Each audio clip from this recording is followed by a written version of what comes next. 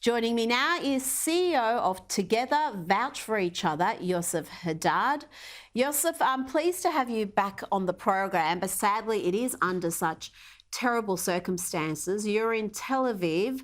There have been reports in recent hours from Tel Aviv news channel I-24 that, according to their sources within Gaza, a potential hostage release deal is currently being finalised, with Qatari mediation playing a key role. If the deal is struck, it would see Red Cross receive a group of about 50 hostages who hold dual citizenship.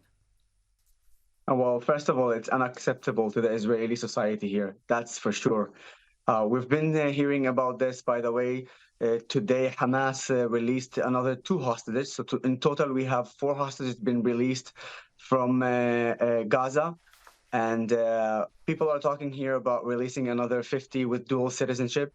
And the Israeli citizens here are absolutely shocked, because for them, you cannot and you shouldn't negotiate with the terrorist organization ISIS Hamas. That's their name, by the way, and everybody in the world should call them ISIS Hamas.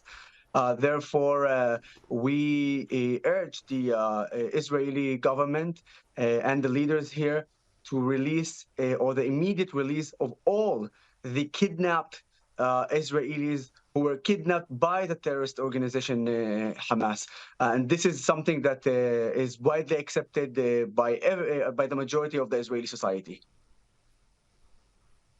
Now, let's talk about the reporting on this conflict, the unprecedented attack by Hamas and the counteroffensive by Israel.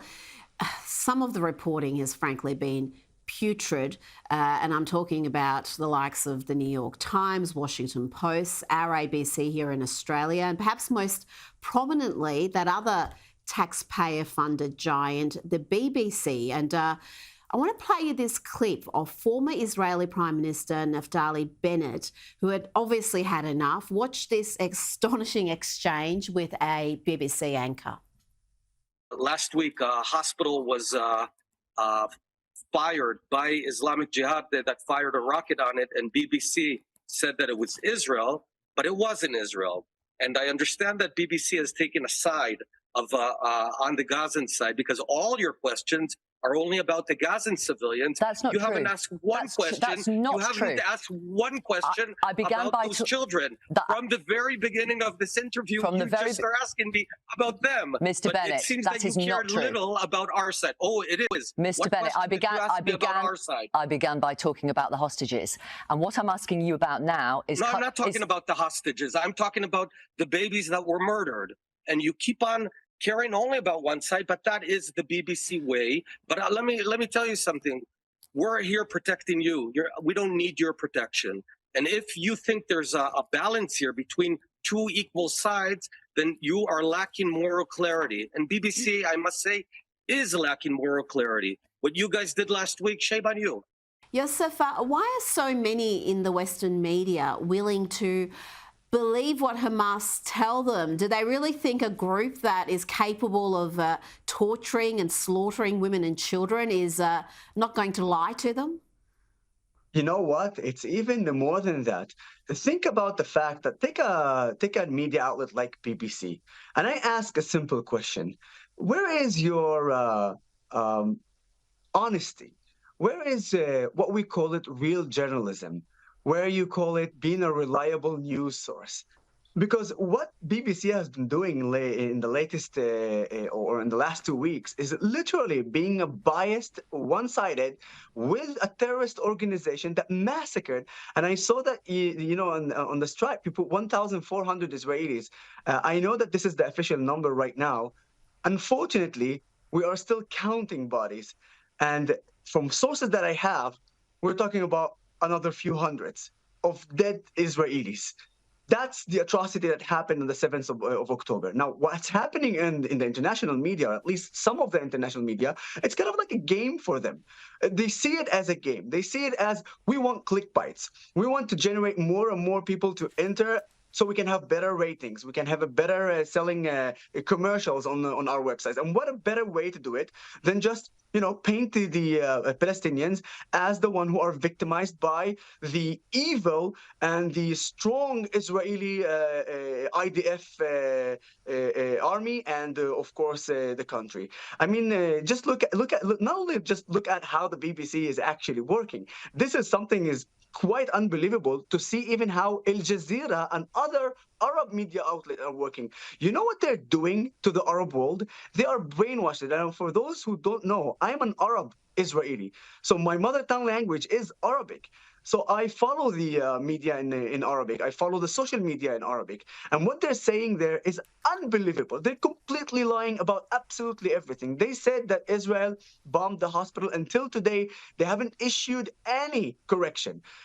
Nobody said anything about the fact that it was the Islamic Jihad who did that. Nobody said about the fact that Israel did not bomb a church in Gaza, because until now, the Arab world thinks that Israel bombed a church in Gaza. And nobody knows even why Hamas is hitting cachet weapons under a mosque, and we have the proof for it.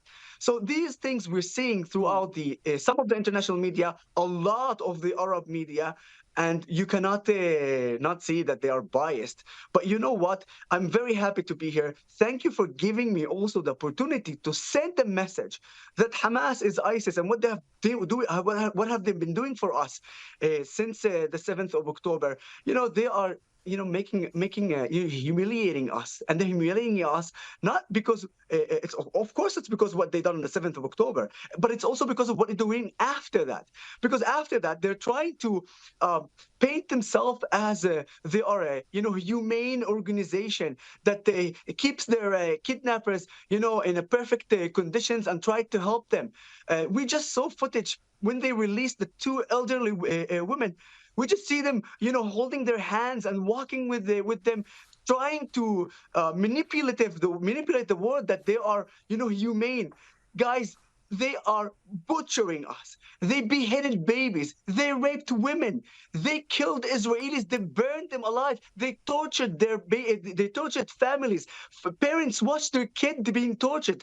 Kids watched their parents being tortured. And then you want to tell me, because of a footage of Hamas taking the kidnapped elderly people hand by hand, they're trying to show that they're humane.